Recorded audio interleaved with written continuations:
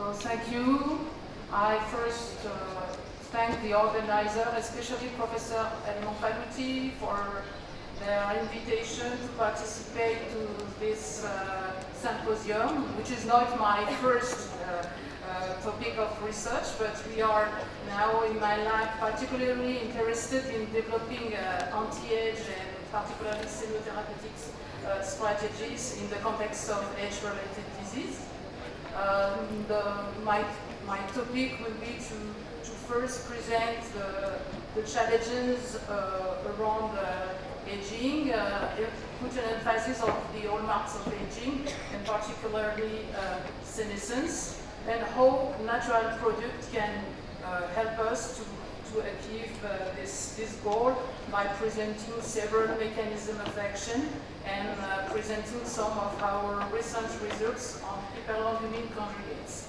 So aging is an universal, irreversible process that lead to particularly constitutes a big challenge nowadays, since effectively the World Health Organization has I made the mistake of the so this constitutes a big challenge, biological challenge, since as evoked by World Health Organization, the population by 2050 will have 2 billion persons aged up to 60 years, which represents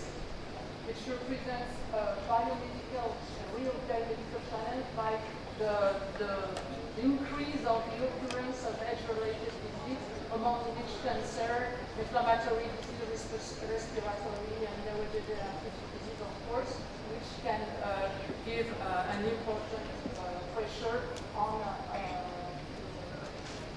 medical system.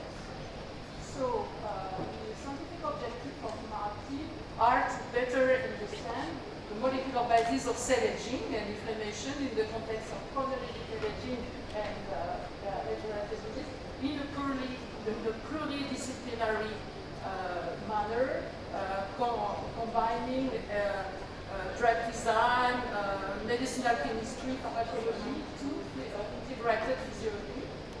And for purpose of prevention, therapy, repair, and regeneration.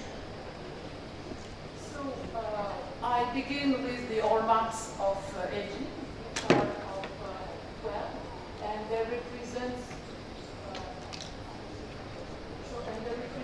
different levels, genomic levels, in the context of micromolecules, whether DNA, protein, organelle, and so on, but also integrative aspects like inflammation. And what is our interest here is the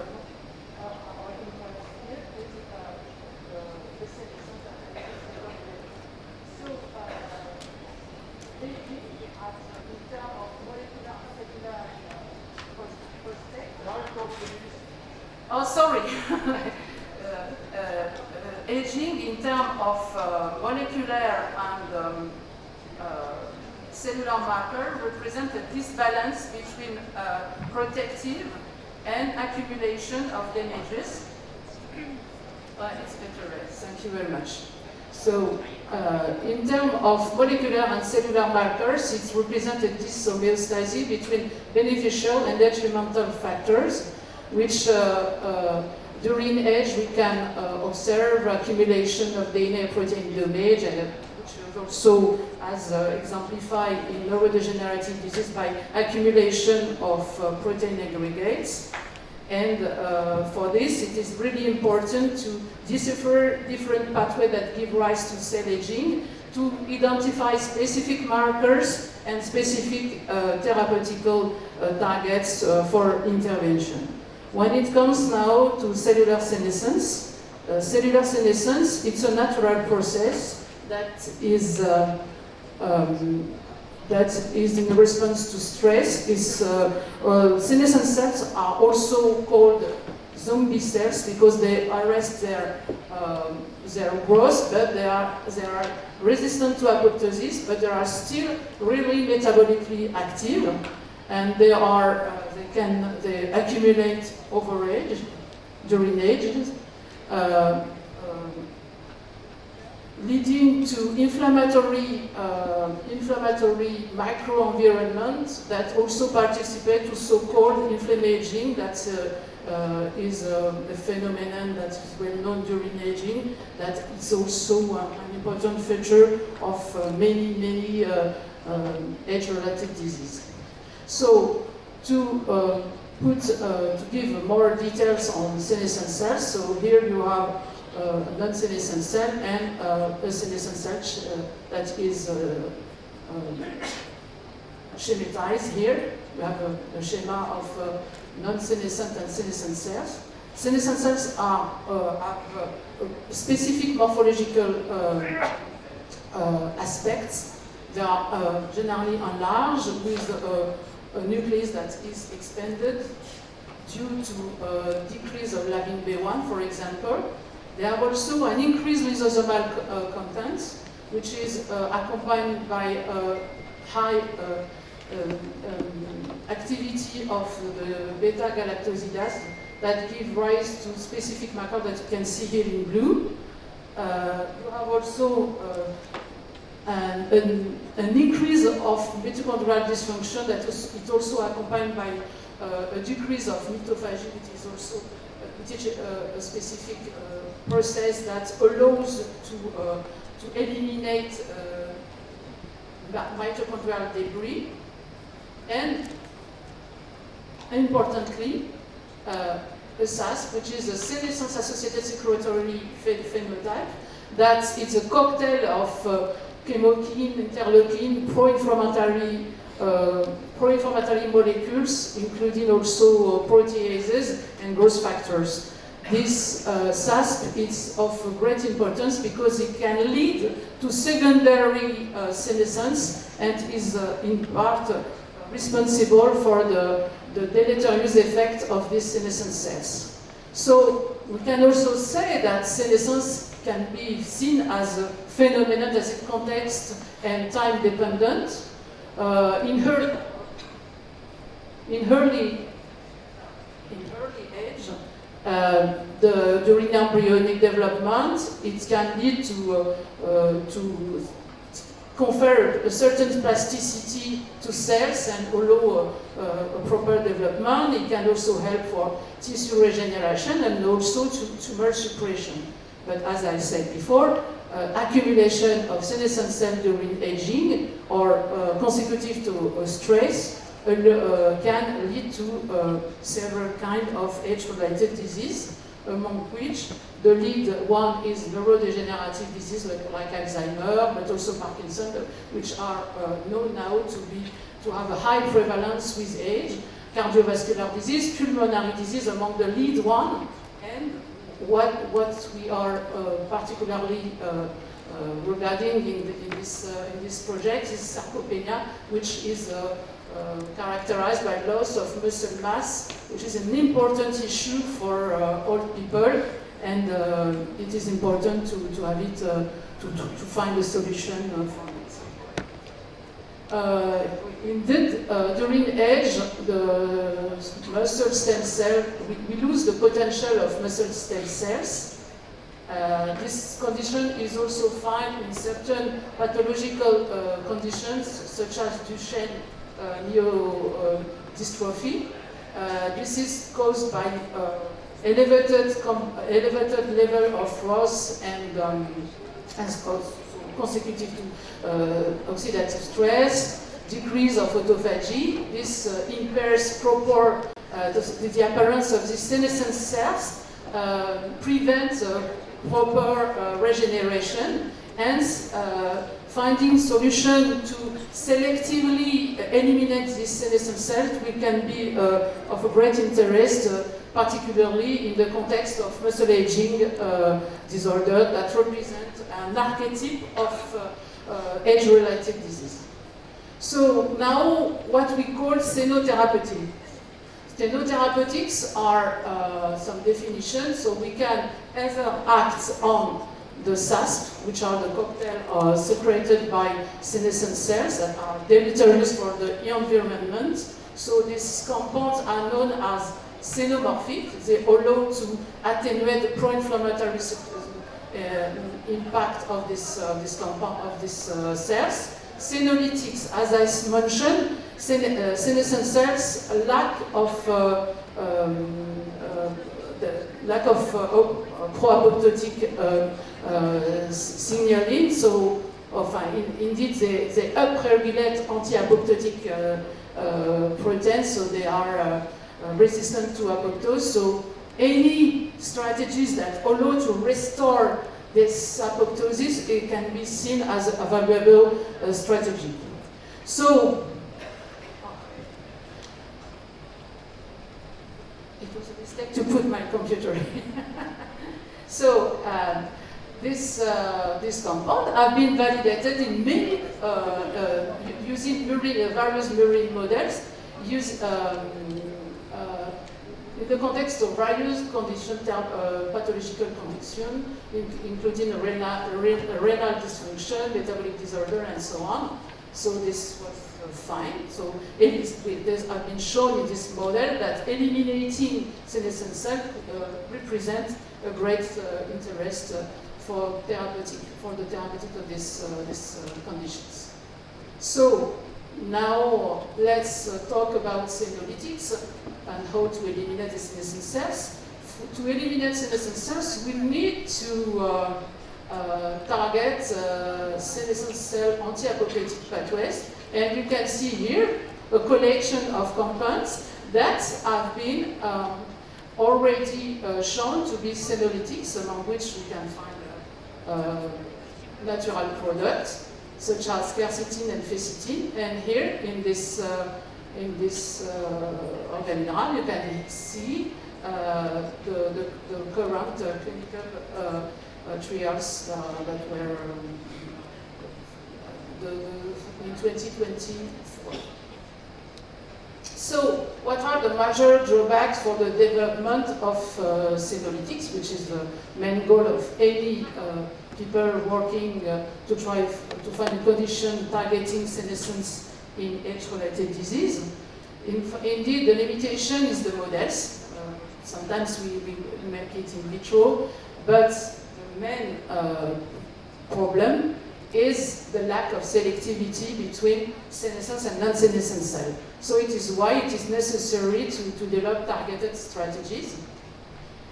Now back to natural products. So here you have a list of natural products, among which you can find resveratrol, ficetine, quercetin, piperlongumine, curcumin, and so on. And all are natural nutritional compounds that constitute high potential senotherapeutic, but lack, unfortunately, of selectivity. They were found by high throughput screenings formerly, and now in the lab we're particularly interested in in the perspective of this project on piper alkaloid, the family of piperlongumine. So you can find here the representative members of this family that were shown to have a senomodulating effect.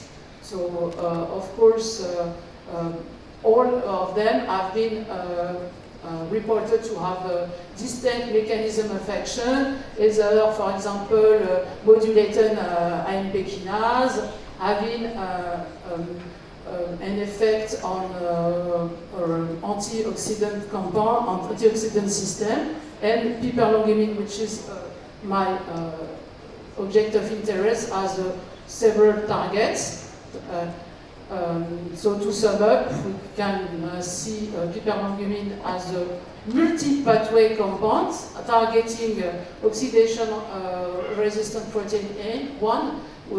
Oxidation-resistant protein 1 is responsible for the regulation of the biosynthesis of antioxidant systems. inhibition of HDACs, and more recently, inhibition of immunoproteasome. So, indeed, there has been done much work on that, particularly to try to understand structure-activity relationship that allow to explain this senolytic, senomodulating effect of piperlongumine. It was really important to have an extensive structure-activity relationship to try to find structural factors that are responsible for this activity. So we can, that have been dissected out very deeply.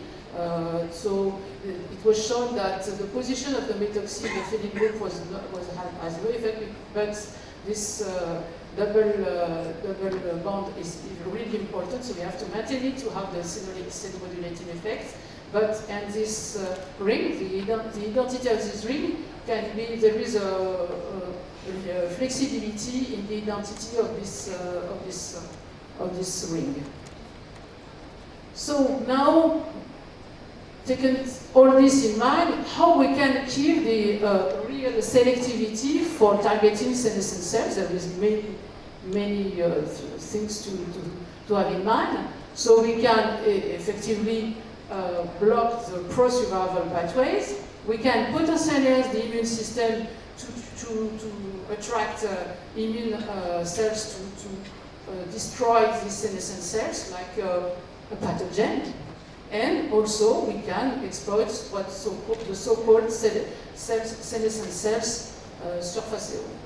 So what we call surface, it's the totality, it's the main protein representing senescent cells that have been identified as upregulated in senescence. So among which we can find the UPAR, DPP4, the dipeptidyl peptidase 4, and in the context of my work, we were particularly interested in DPP4, which is known as a therapeutical target in the case of type 2 diabetes, for which FDA-approved compounds are already available.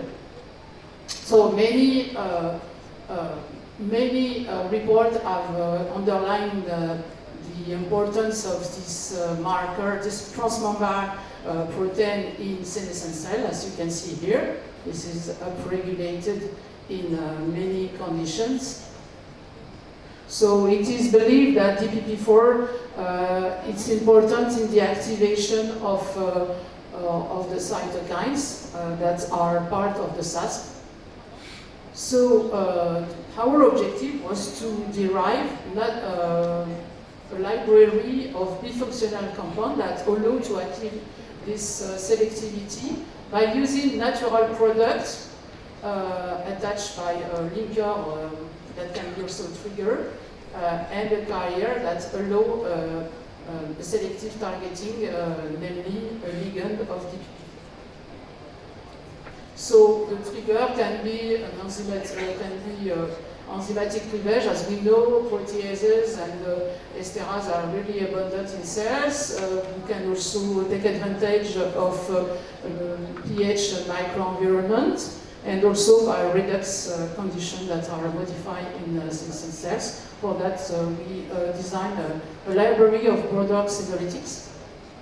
So here, just rapidly, so an enzymatic, pH sensitive nanocarrier, and the redox, the type of linker that we can use for that are present in the literature that have been already used in other fields that develop pro-drug strategy. And so we develop a bifunctional compound that merge inhibitors of DPP4 and piperlongumine to establish, to develop this bioconjugate that have been and then further evaluate on our system that modelize sarcopenia in vitro. So first, we have, of course, we made some structure relationships activity. So I will skip all the synthesis because it's not my field, and will not be able to explain all in the detail, so, but I only give you the overview of the strategy, so we can see here that so the hypermobility nucleus and the various modulation that we can achieve and see what is important to, because once we will link it to the other part, there will not be this will not be a deleterious for its activity. So, so these are the FDA approved DPP4 inhibitors that are subnanomolar inhibitor of high affinity that have been already evaluated, of course, because they are now FDA approved. First, we check for the proper binding of the inhibitor in silico. So this helps us for the design prior to the synthesis. We also, once we got the compounds, we also, so this is the example for one compound, which is one of the best compound we had.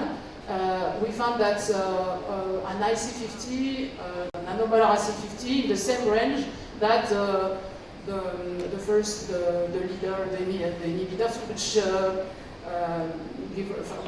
imply that this bifunctional properly bind to DPP4, and this is also very selective because we do not have effects on DPP8 and DPP9, which are in the same family of DPP4. When it comes to the cellular evaluation, so we use two cell lines that are used for investigation in muscle, and so the left, the mouse embryonic fibroblast, and the immortalized C2, which are myoblasts, and use various kind of stressors to make them senescent and make all the checking to verify that they are indeed senescent. And then we check the cytotoxicity of our compound. There is no color has disappeared, so trust me. So for the left cells, we can see that the bifunctional heat is selectively kills MEF cells. Whatever the stress condition, it is the same for the C2 cell line that's better modelize the muscle tissue. We also show that the bioconjugate is also promoting a promoter of apoptosis, as seen in this test tunnel, which is a well-known test of fragmentation of DNA that allow to give rise, to report the apoptotic state. So sorry, the color is not here also, but trust me. We also check for the ROS level and show that either piperlongomine and the bifunctional compound were able to increase the ROS levels. In a former study, we have shown that piperlongomine and some of its derivative selectively inhibit immunoproteasome, which is the inducible proteasome that is present under inflammatory stress condition. That piperlongomine is able to selectively inhibit this immunoproteasome. That is also an important target in cancer and other inflammatory condition. So there is no color. Sorry for that. I don't know why. So we show that immunoproteasome is upregulated in senescent cells over normal cells. So trust me. And then the color appear again.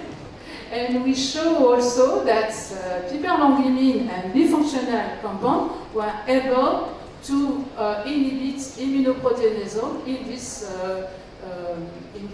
senescent cells, which is an important feature that's allowed to achieve, again, more selectivity. So I am at the end of my presentation. So just to say that we were able to generate a small library of piperlongumine conjugates that present a trigger or not, but I did not present another candidate that is sensitive to beta-galactosidase that is in the trigger. We got galactose, sorry, that allowed recognition by the beta-galactosidase, which is really abundant in senescent cells. So we were able to develop a small library of piperlongumine conjugates, allowed to show that this conjugate, where some of them were able to enhance their selectivity towards senescent cell. This also allowed to underline that DPP4 is a valuable surface marker and identify a multi-pathway effect of this compound, including ROS, mitochondrial respiration that I did not mention here, but we make also experiment on the mitochondrial respiration and also immunoproteasome. What are now the next steps? So we are continuing the development of this compound. This includes the possibility to use other natural products, other triggers, try to continue to identify selective biomarkers, try to derive xenoprobes, it is to say molecules that allow to monitor senescence in vivo, which is the next step, and finally, in a more time un temps plus lointain, we will develop a diagnostic agent that allow to simultaneously identify and kill senescent cells. So, where we are standing, here at a table that represents the latest clinical trial status. So we can see here that one of the most how we would say blockbuster are quercetin and fecitin in the field, and they are used generally in a combination with dasatinib, which is a well-known tyrosine kinase inhibitor used in lymphoid in cancer, lymphoid myeloid lymphomas. Okay. So you have here, so they have been used in several conditions, kidney disease associated with diabetes, in Alzheimer's disease, in and various conditions, including also COVID-19, because it is known that also that viruses like SARS-CoV-2, but also other accelerate the senescence of cells. So to finish, I would like to thank my team, especially Mazarine Dotou, who made a lot of work. She was supported by IBU Interdisciplinary Research doctoral program, and also Dr. Aurore Moldoré, Dr. Robert Moumné for the synthesis of the compound, Anne-Lee at the Pasteur Institute for providing us the cells, and finally, again, Professor Hannah El-Mafaloti for her kind welcome and all the support she makes to me to attend this meeting. Thank you again, and thank you for your attention, and I would be happy to answer questions if you have any. Thank you very much.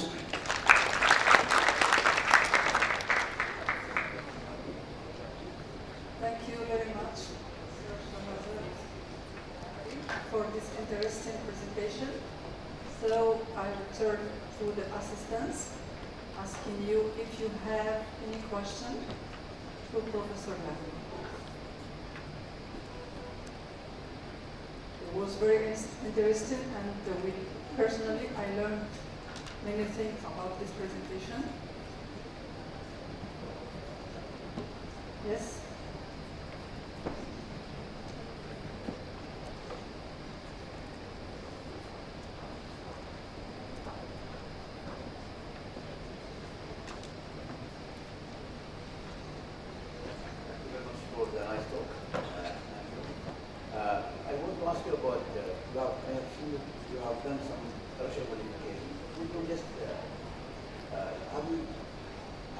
involved much about anonymization of drugs, adding nanoparticles, something to improve delivery? Not yet. So we are really at the first step to try to find to have the proof of concept that our design is okay. Once it is okay, we wanted to go to. We are currently working on in vivo models, and then once we got a good disease-modifying effect, we can perhaps see the next step. But I think now it's too early stage. Yes, thank you again. There is any question? Other one? Yes?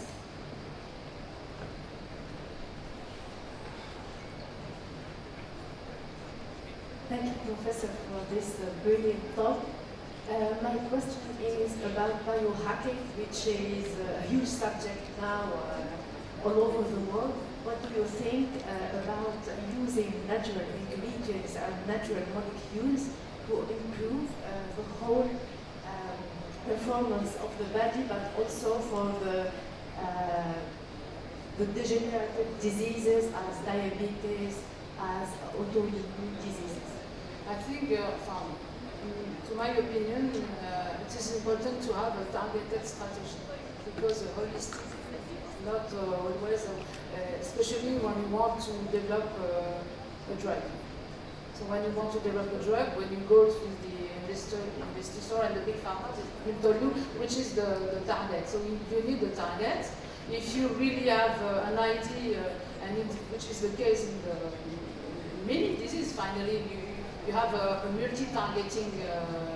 So you have the molecules that are multifunctional that can modulate several pathways at the same time, which are involved in the pathology. This can make a synergic effect. But I think we have to continue the research to try to better understand the mechanism of action of these molecules, system by system, depending on the pathology. Try to modelize as deeply as possible the pathologies to find the best way to better understand the mechanism of action of these compounds.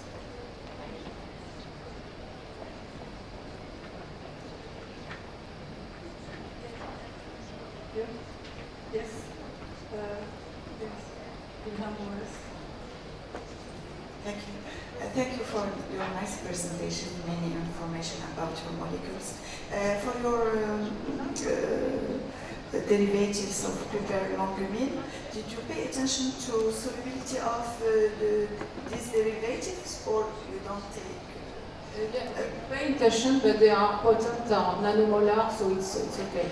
So we always prepare stock solution at 10 or around 10 millimolar DMSO, and then we make the cascade dilution to be sure to.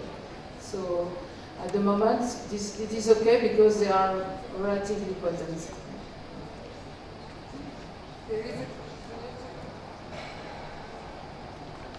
Thank you for the presentation.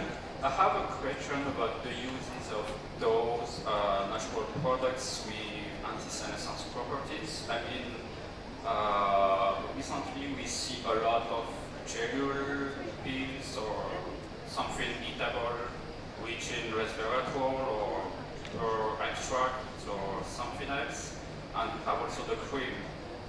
On the hand, or so in terms of pathways, which one is the most interesting one? So I don't think I'm the best person to answer this question because it's rather other parapharmacy aspect. For myself, I try to find to work with pure unique compound and try to dissect out the mechanism of action in depth. So I don't think that, yes, there is an effect, sometimes it's placebo, but what we try to do is to exploit the first generation of senolytics, that's for some natural products, for instance, and we try to make them having better activity and more in adequation with drug development. Yeah. So it is, we can also make medicinal chemistry on this compound to improve the drug-like activity and so on. Thank you, Chahrazade. It was very interesting, and I learned a lot about xenomorphics and xenolytics. I didn't know before. Are there any studies about curative effect or preventive effect on senescence? It's a big question because we know it depends on the pathology. Yeah, there is some pathology like arthritis that is now well documented. We know that it's an important question because we don't know finally really it's really disease dependent. Yeah, because I mentioned it very quickly, but you have the primary senescence and you have also the secondary senescence that is engendered by the SASP.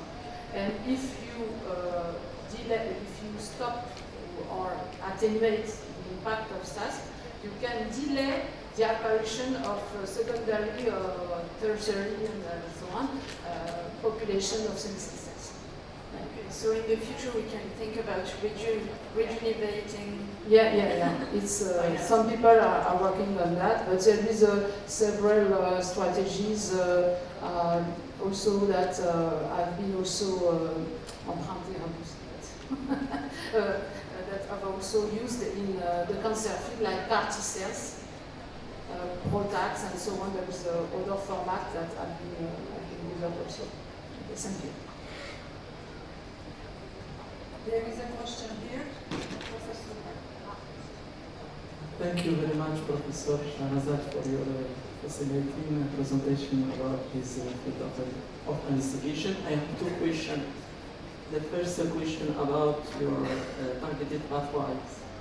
If these pathways are canonical pathways, this is the case of mTOR targeted by RABAT. So we have many side effects related to the inhibition of mTOR pathway as canonical pathway. You are totally right. So as an enzymologist, I try to find deregulated enzymes. So it is why we begin with DPP4, which is a protease, and we try to find other deregulated agents. You're totally right. Yeah. Well, yes, we try to avoid canonical as possible. Thank you. The second question is about the possibility to target directly the non-genetic genes. The non-genetic genes, yes. Such as CR2 and others. Yes, you have also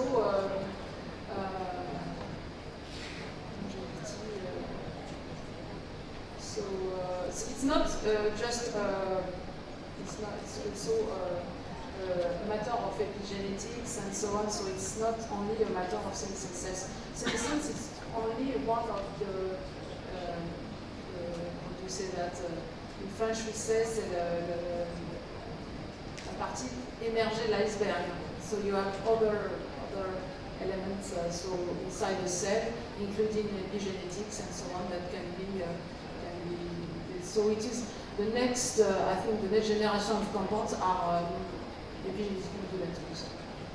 Thank you very much. Thank you. There is another question in the room. So we thank very much Professor Al Amri for his presentation. I give the mic